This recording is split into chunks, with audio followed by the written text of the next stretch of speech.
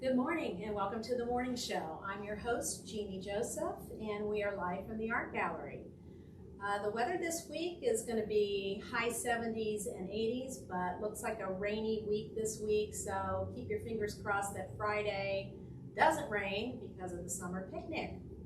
So let's talk about some highlights for the week. This morning we have a trip to Scioto Downs. It looks like there is still room if you're interested in going. They are leaving at 12 o'clock. Actually, post time is 12 o'clock and leaving at 10:15 this morning. Sorry about that. So you can enjoy lunch at Scioto Downs. This afternoon at 1 o'clock, we are celebrating Juneteenth with a movie called Emancipation at 1 o'clock in the Muirfield Room. And this afternoon at 3 o'clock, we have our June art exhibit. As you can see in the background, we have exhibits from Clive and Elvira Edwards. Elvira's late husband was an entomologist, so there's lots of bugs and things to see here in the art gallery.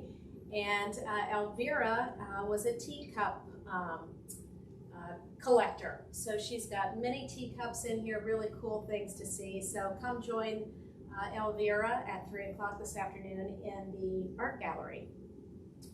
On Tuesday, the Columbus Library is back. We haven't had them here since before COVID. So they are here in the fireside room tomorrow beginning at 9:45 until 10:30. And let's see what else we've got going on. We have a trip. Oh no, we have a class, I'm sorry. Edgar Degas Inspired Landscape Painting tomorrow, led by Ann Vega, beginning at 10:30. And at 1 o'clock, Stacy is hosting the Intelligence Square debate. Should we use gene editing to make better babies? About that. So later in the day, we have the VST balance assessment. So if you haven't been assessed lately by physical therapy, there's an opportunity in the Brandywine Fitness Center at 2 o'clock. On Wednesday, we have Donato's Theme Lunch hosted by Pat Deach. It looks like registration closed at 8 o'clock this morning for sign-ups, but that is Wednesday at 11:30 in the Muirfield Room. Stacy also will be hosting TED Talks on Wednesday called Water, an Amazing and Precious Resource in the Muirfield Room. At 2 o'clock on Wednesday, Jean Schwemba will be hosting a polymer clay jewelry class.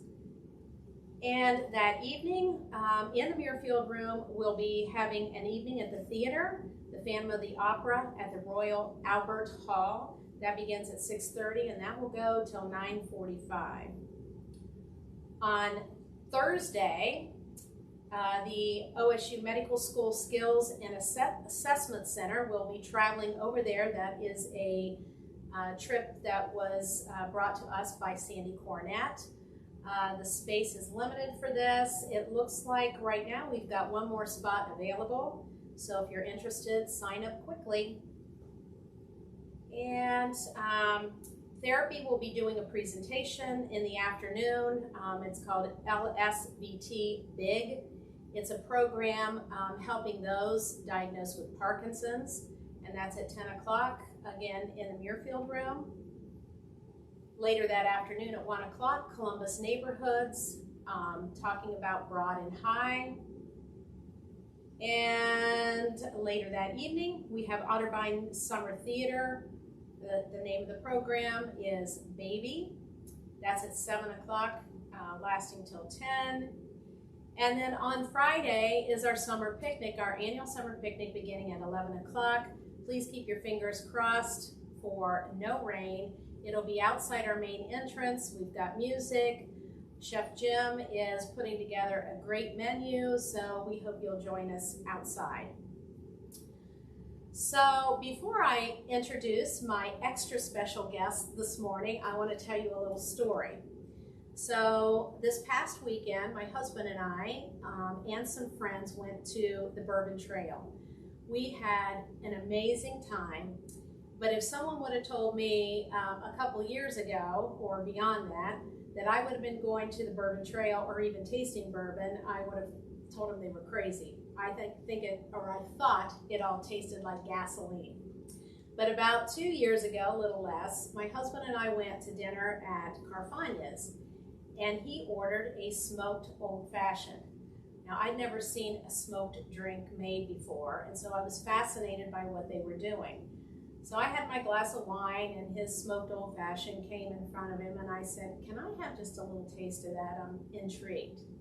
So I took a little sip, and then I took another little sip, and I thought, okay, this isn't bad. My husband had been trying to get me to try bourbon for years. He's somewhat of a bourbon connoisseur, and I just did not care for the taste. So about 2 weeks later, I said, "Can we go back to Carfagna's? I want to order one of those smoked old fashions." So I did and kind of enjoyed it, asked the bartender for the recipe. And for Christmas, I bought all of the makings for a smoked old fashioned, including the smoker, for him for Christmas. But I think maybe I enjoyed it more than he did. But anyway, all of that said, we went to the Bourbon Trail this weekend, and my extra special guest today is my husband, Anthony.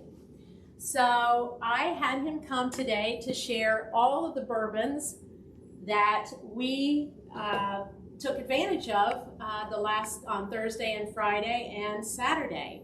So Anthony, welcome to the morning show, and thank you for being here and taking time out of your day to come join me. So can you tell us a little bit about our experience? Sure. And good morning, Friendship Village. So during our trip, we were gone Thursday and Friday, and we headed back late Saturday morning. We actually did 4 different distillery tours, and then the 5th distillery that we went to, we actually didn't do their tour. We just went to their gift shop to see what bourbons were available for us to purchase. So across the table here are a number of different purchases that we made over the last 3 or 4 days while we were in Kentucky. And they represent 5 different distilleries. The first distillery that we went to was Old Forester. And Old Forester is located in Louisville, Kentucky. And when you do these tours, they all have, at the end of the tour, you have a bourbon tasting. So they'll typically put maybe 4 or 5 samples of bourbon in front of you, and you get to taste the different unique flavors of each of the bourbons. This first one, the first distillery that we went to was Old Forester. And one of the tastings that we did was an Old Forester 1897. And this was, at this distillery, this was Jeannie's favorite tasting. So naturally, we ended up buying a bottle at the in the gift shop afterwards. So this is Old Forester's 1897, and the significance of 1897, there was legislation passed by Congress that regulated the ingredients and the protocols that went into making distilled spirits. So 1897 was the year that was passed. And when they passed it, distilleries that wanted to demonstrate that they were in compliance, they started bottling what was called bottled in bond. And that meant that there was a tax collector, a U.S. government tax collector that was stationed, and they typically lived at the distilleries, and they would go through and make sure that the quality met those standards. The next distillery that we went to was called Stitzel Weller.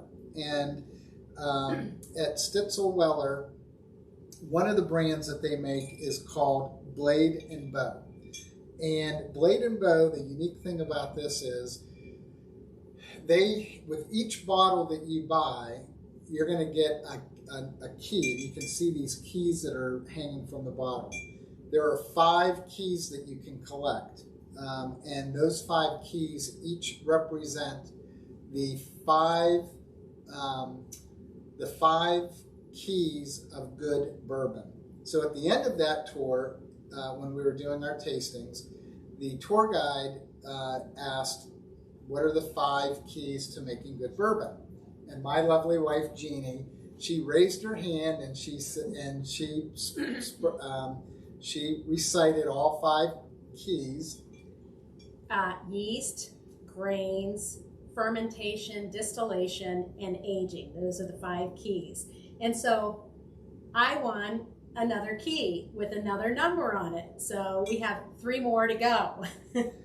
Now at Blade and Bow, once you collect all 5 keys, if you take a photograph of them laid out and you submit it to the distillery, they will engrave a copper cup with your name on it, and they put it in. They have a library, and the library, the shelves in the library are filled with hundreds of these copper mugs engraved with your names on it.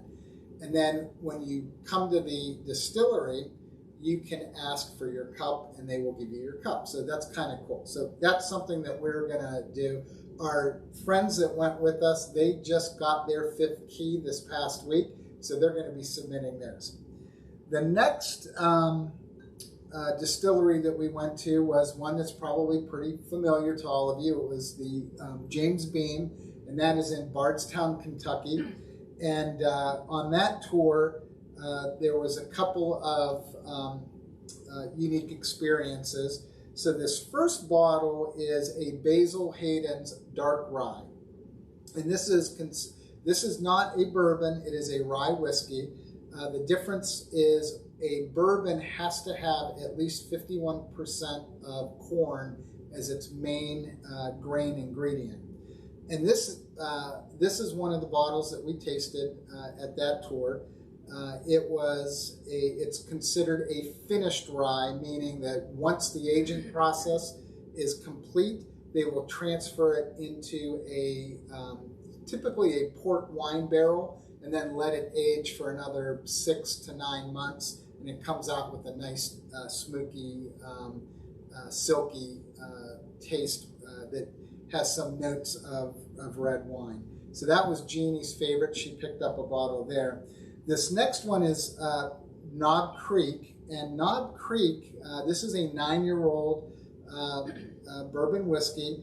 I actually got to bottle this whiskey myself. So I picked out my bottle, and then it went through the line, it filled. And then you'll see this top here. This is a plastic or a wax topping, and they dip it in wax and then it seals. But before it seals, I was able to put my thumbprint on it, and that was kind of unique. And then I had the bottle engraved in the gift shop afterwards. And the engraving says, Big T's, that's me, Special Reserve, and then the date, June 16th, 2023.